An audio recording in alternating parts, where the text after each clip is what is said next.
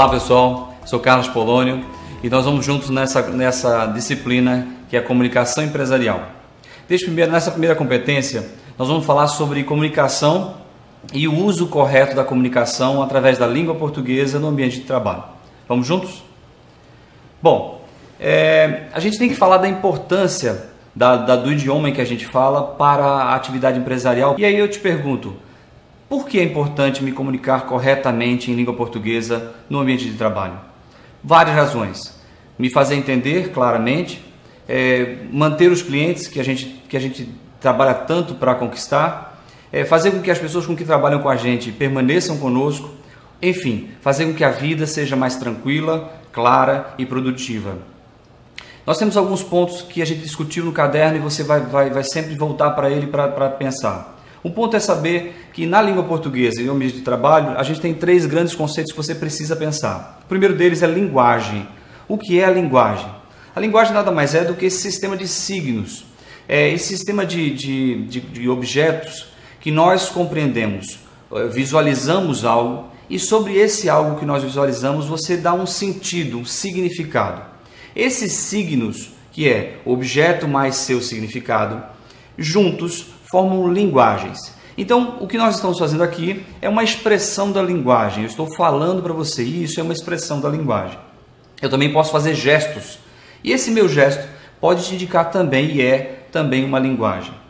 Um outro conceito importante é o da língua. A língua é o código, o sistema que eu utilizo para me fazer entender. Eu estou falando em língua portuguesa para você, e esse é o código que faz com que você compreenda o que eu estou te dizendo. E um outro conceito importante, a gente viu lá no fascículo, é o conceito de norma, que é o conjunto de regras que vão definir claramente como a língua e a linguagem são organizadas, fazendo a gente compreender e melhor entender como as coisas funcionam na linguagem. Eu coloquei um quadrinho, quero que você observe aqui, um quadrinho do Chico Bento. Olhem como eles estão conversando. O amigo dele chega e diz assim: "Oba, oba, plantando uma árvore nova, Chico. Essa aí é de quê?", diz ele. "De goiaba? De jaca? De manga?" E o Chico Bento olha para ele e diz: "Não, de esperança." Se você olhar para o quadro, a gente tem ali neste quadrinho os 3 conceitos. O conceito de linguagem, o conceito de língua e o conceito de norma. A gente pode observar que ele usa uma linguagem que não é uma linguagem clássica, e a gente vai ver os níveis da linguagem. É uma linguagem que usa gírias e usa expressões que a fala apresenta. Quando ele fala de goiaba, de goiaba, ele não usa a linguagem conforme aquilo que nós convencionamos chamar de norma. Na norma da língua portuguesa isso está incorreto. Ele fala plantando. Plantando também está incorreto. A gente fala plantando. Isso está incorreto. E outra coisa importante um signo importante que está apresentado aí é quando ele fala da árvore que ele está plantando agora. Ele está plantando uma árvore de esperança.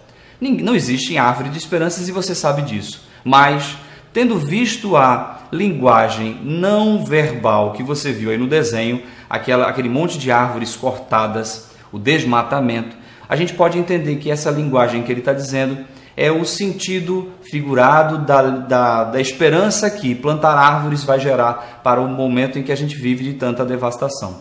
Essa linguagem não verbal de plantar árvores como sinal de esperança é uma forma sígnica de a gente se expressar. Vamos em frente?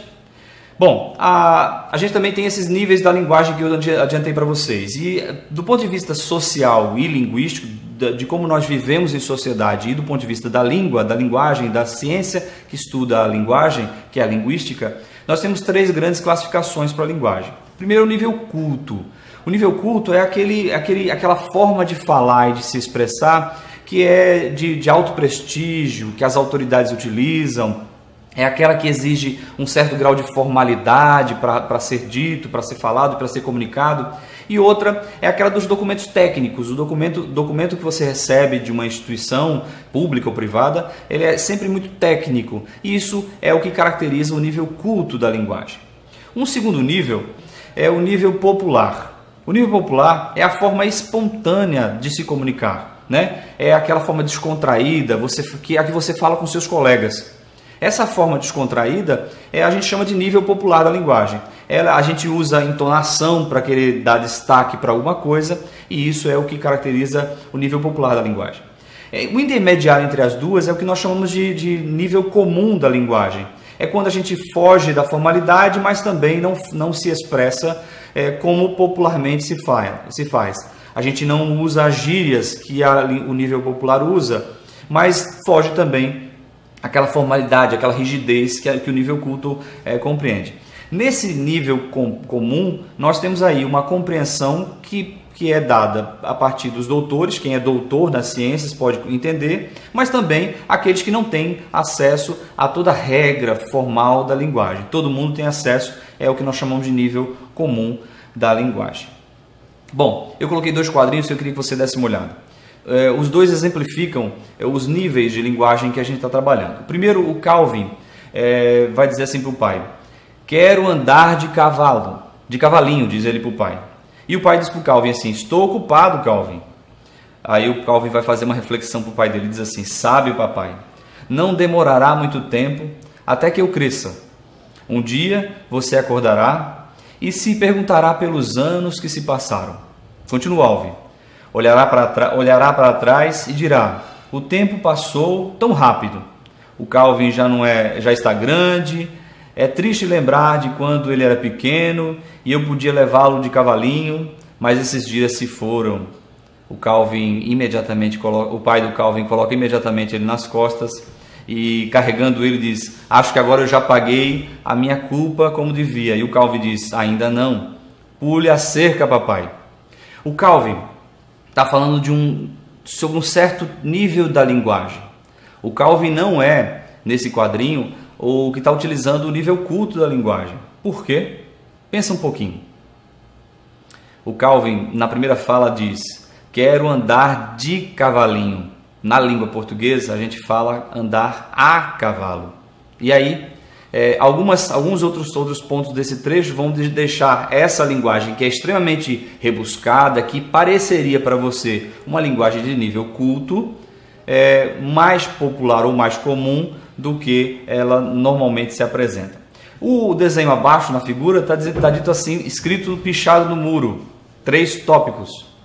Nós erra. Tópico 2, quem reclamar. Tópico 3, nós expulsa. Se a gente for pensar em termos de norma, está tudo errado, né? Nós erramos, quem reclamar, nós expulsamos. Essa é a forma correta da linguagem. Essa linguagem do muro é exatamente o nível popular da linguagem, né? Esse uso como a gente fala comumente, equivocadamente, mas é como a gente fala. E a gente tem que começar a prestar atenção. Dependendo do lugar onde nós estejamos, a língua precisa ser utilizada de maneira mais correta. E aí, estando no comércio ou em qualquer atividade que você executa, você precisa começar a prestar atenção no quanto isso é importante para a atividade profissional que a gente executa.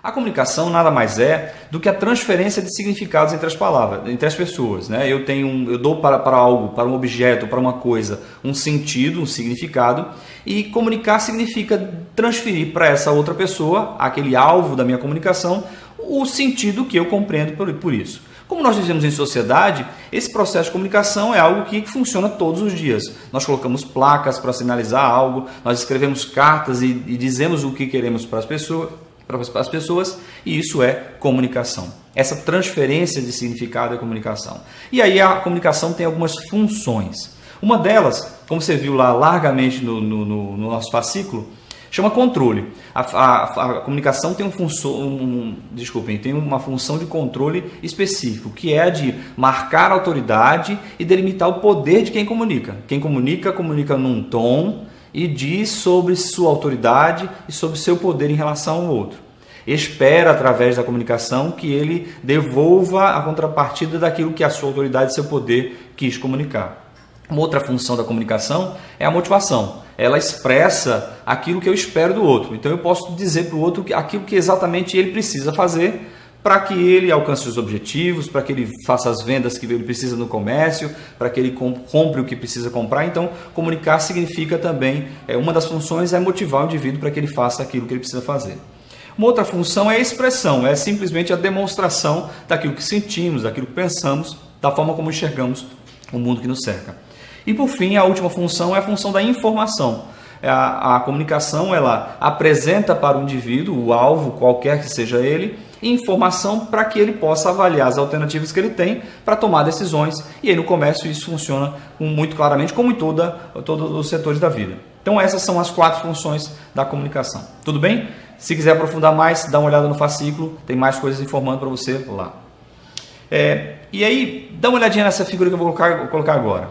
Se eu disser para você assim, vaso azul, o que você pode pensar? Pensa aí um pouquinho, cria essa imagem na sua cabeça. Olha o slide. Você pensou em um dos dois? Talvez sim, né? Ninguém poderia imaginar que você ia pensar num vaso sanitário azul. Talvez o primeiro vaso, o vaso decorativo, fosse o teu alvo na comunicação. Comunicar claramente é dizer, pensa num alvo de decoração azul. Pensa num vaso sanitário de cor azul. Essa forma clara de me comunicar pode expressar algo que eu espero que as pessoas imaginem, compreendam e percebam em termos de significado das coisas que nos cercam, do mundo que nos cerca. E aí eu coloquei para a gente fechar essa primeira competência os elementos que geram essa comunicação, né? Eles são vários elementos e essa visão do processo de comunicação que você está olhando aí no slide, ela é apenas uma forma da gente enxergar o processo de comunicação, mas é uma forma possível da gente tentar entender didaticamente de que forma acontece a comunicação no ambiente onde a gente vive.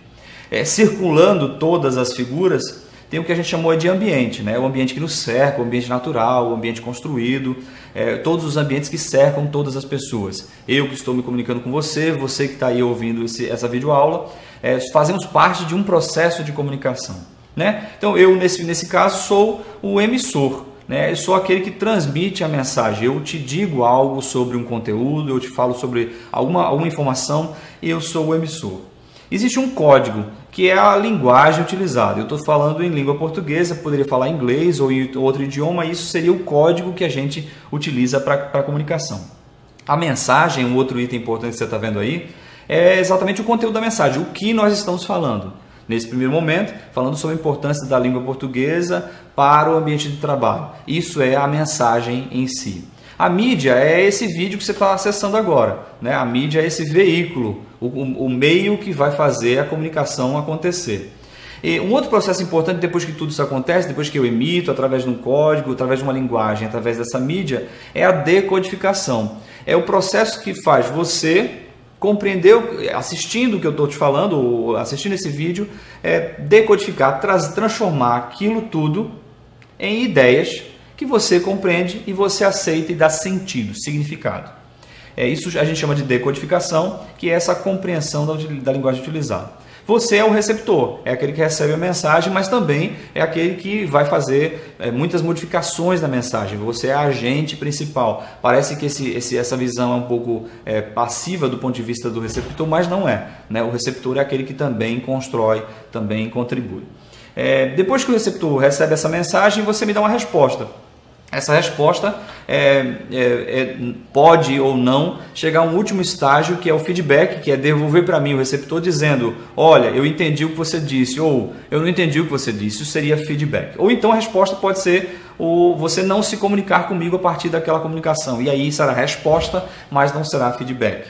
Apesar de que, se a gente for pensar, quando você não me dá uma resposta, isso também gera um feedback para mim, pensando, por exemplo, que você não entendeu exatamente o que eu quis dizer. No meio de todos esses elementos, tem um importante que nem sempre a gente pensa na sua importância, que é o ruído. Em todos os momentos desse processo de comunicação, há ruídos. Ruído não é só barulho, barulho também é ruído. Mas os ruídos são aquilo que você pensou em dizer e não disse, aquilo que você acreditou entender, mas não entendeu, é aquela palavra que estava lá na mensagem, que você simplesmente não entende o que é e também não procurou saber o que era. aquela falha que teve na comunicação e que atrapalhou o entendimento. Ruídos são várias coisas que acontecem no nosso meio. E aí a gente coloca aqui exatamente o que a gente disse. O emissor é aquele que transmite a mensagem, o receptor é aquele que recebe, a mensagem é o objeto dessa comunicação, o código é esse conjunto de sinais, de signos, aquelas coisas que nós damos sentidos, e esse objeto tem significado para mim neste sentido, e aí eu comunico para você isso. A codificação é a conversão daquilo em ideias, o canal é o meio, o veículo, como a gente disse, a decodificação é a forma como você percebe e interpreta a comunicação, e a resposta, o feedback, é essa reação do receptor ao objeto que é a nossa mensagem. E o ambiente é esse contexto todo onde a gente está inserido, e ruído é aquilo que interfere na forma como nos comunicamos. Ok? Nos vemos na próxima competência. Um abraço a todos, até mais.